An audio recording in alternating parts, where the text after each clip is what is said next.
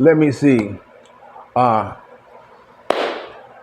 Either you're rocking with me or I'm rocking with you. Let me see. Shall we begin? Let me see what other ones. How about I want to welcome you to my channel. Well, be that as it may, welcome to Gerard Black in the Philippines with the truth. I want to welcome you to my channel, all my subscribers, YouTube. Where'd that come from? All my lovers, peaches, triggers, haters, commenters, subscribers, new subscribers, each and every one of you. Again, I want to welcome you to my channel. You know, there's a lot that I can talk about today, you know. But, you know, there's some things that I never gave you my opinion on, and I want to share it now. I want to give you my opinion about the war between Ukraine and Russia. My living inside that culture for over 10 years, I think I have a legitimate reason or a right to give my opinion about what's happening there. I remember once, I'll tell you this one story. I remember once I was looking for my mother-in-law's house, and it was nighttime, and this is in Brooklyn, because there's a very large, you know, community there. And I approached this guy, you know, Russians or Ukrainians can be very big. And I approached this guy. I said, because I didn't know. So I said, excuse me, are you Ukrainian? He said, oh, do I look Ukrainian to you? I said, wow, take it easy there, but I'm Russian. I said, okay. But I didn't know that there was that strong, you know, animosity toward each other like that. They even asking someone if they are that you know, I mean, you know, shoot, you know, it was kind of like this. But I can talk about that, or I can give you my opinion about the Israeli and Palestinian or Hamas conflict. I never told you how I felt about that. I never told you who's right, who's wrong, or who to side with, or anything like that. So I can talk about that. I can talk about a police woman who had this black guy bent over the hood of a car while he was handcuffed and tasing him and saying, you don't look so tough now, motherfucker. Like that, right? Oh my God, here they come. I can talk about that.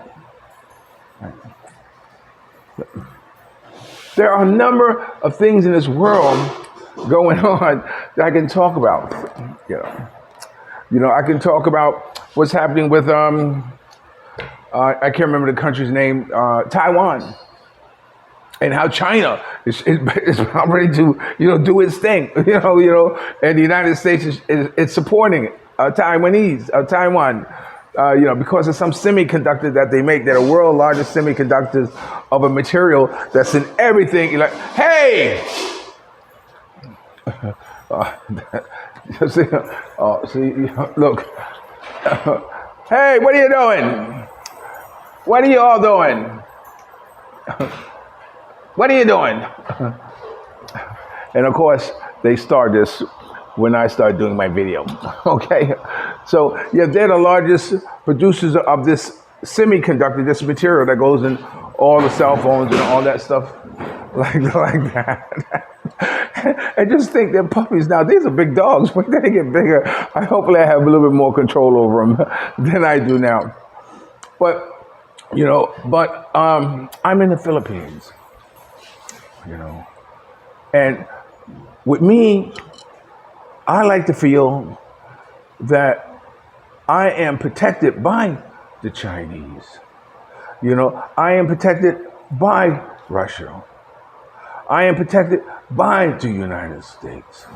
You know, I am protected by a lot of the major or countries of the world because they all have an interest in the Philippines.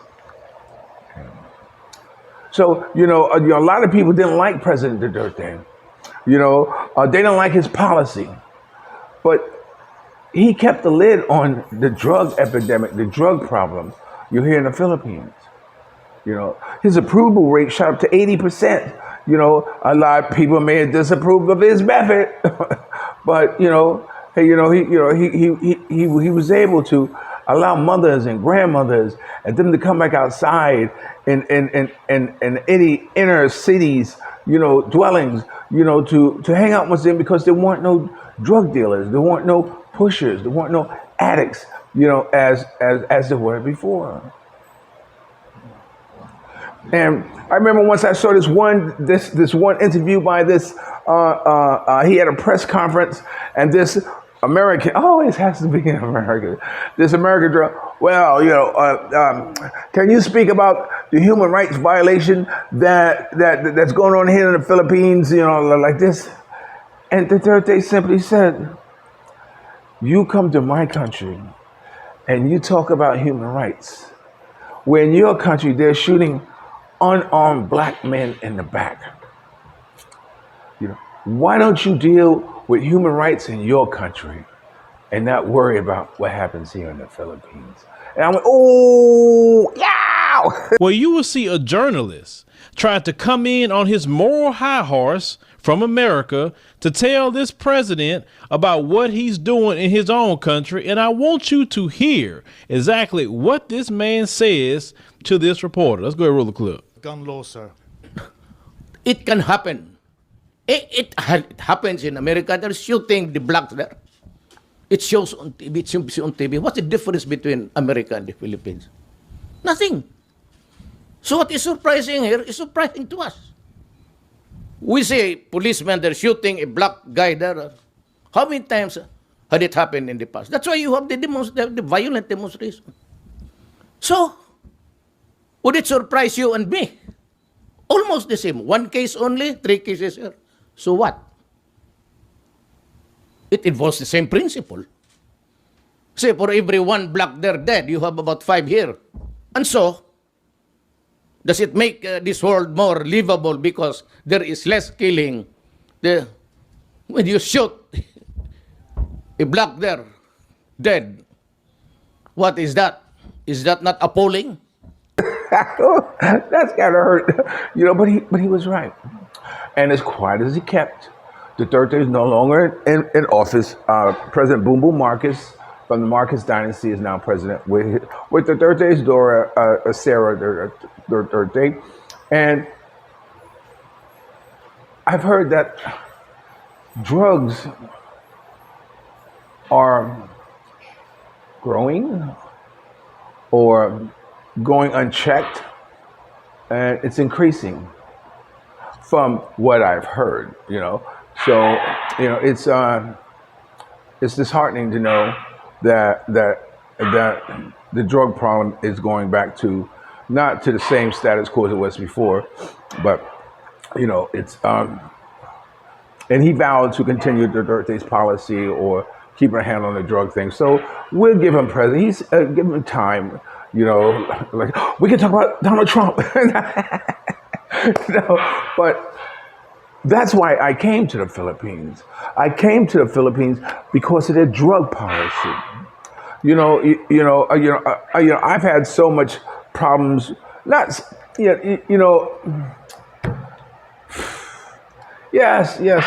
I was an addict. And and I wanted to go somewhere safe. I wanted to go somewhere where I wasn't bombarded left and right with drugs, or the temptation wasn't so high, or pretty skirt were by, yo, baby, you want to get high, like that. So I came to the Philippines. I came to the Philippines because there was no drugs here, or it wasn't as prevalent like it was in the United States. And when I came in, I was like this.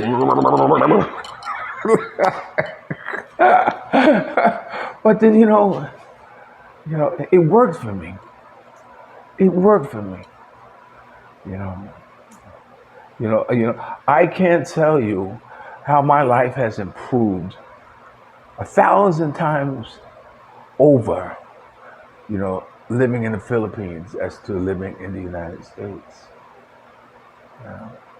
Yeah, I've been to rehab. I've been to VA hospital and all this stuff, and and just to be hated by the staff, because I always find someone who I have who doesn't like me, or I think they don't like me or have a problem with or whatever, which which makes it, you see, I wasn't one of those who walked around like a zombie. I guess I'll leave it like that. So anyway, and I've been in and out of those institutions, and they never worked for me. My first rehab, I was in California, and I played golf for 30 days. But then I learned how to really do it. Really, if you're going to do it this way. I said, wow, I never thought of that. When I got out of rehab from hearing so many stories, man, I was 3 sheets to the wind within 1 hour. But and I'll never forget, what year, because that was a year we were sitting around watching TV, and they launched that space shuttle, and I said, watch that shit blow up, and it went, and it blew up. So whatever year that was my first rehab. That's when McCullen or whatever named the astronaut, the teacher, was killed. But anyway, the Philippines has been very much a safe haven for me.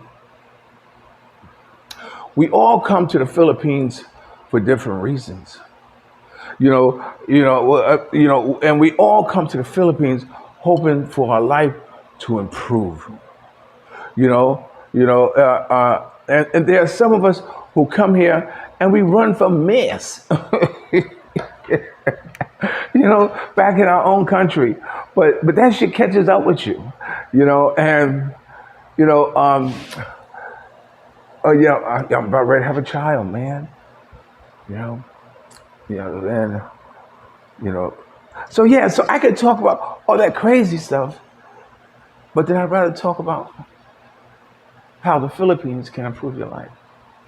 There is one blogger who's blogging, and he's been a very successful blogger.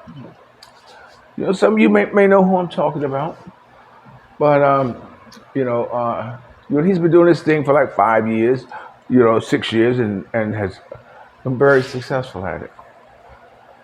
Well, now he's getting ready to leave the Philippines because, behind him, it hasn't been so easy. When I was a freelance publicity photographer, and I was covering all the high profile events, like I did. And when I got to LA, the mother of my kids was pregnant at that time. And, she was white, so, she didn't, she was not starstruck, I'll leave it at that. Me on the other hand, I was starstruck in the sense that I'm there. They want me there. I'm doing my thing here. And so she never would come to me with these events.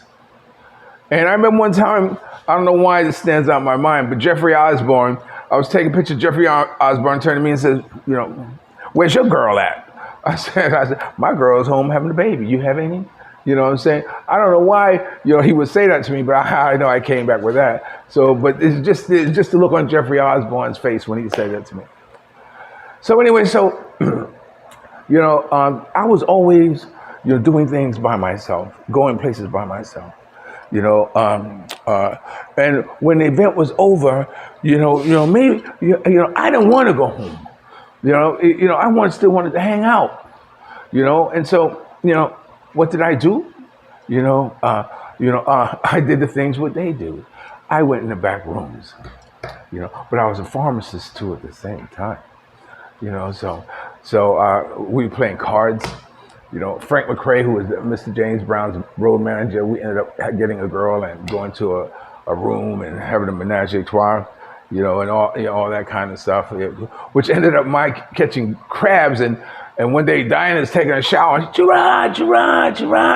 She's in the breakfast shower. I'm running, and she said, look, and man, I mean, they were like all over her, and I said, wow, like that. So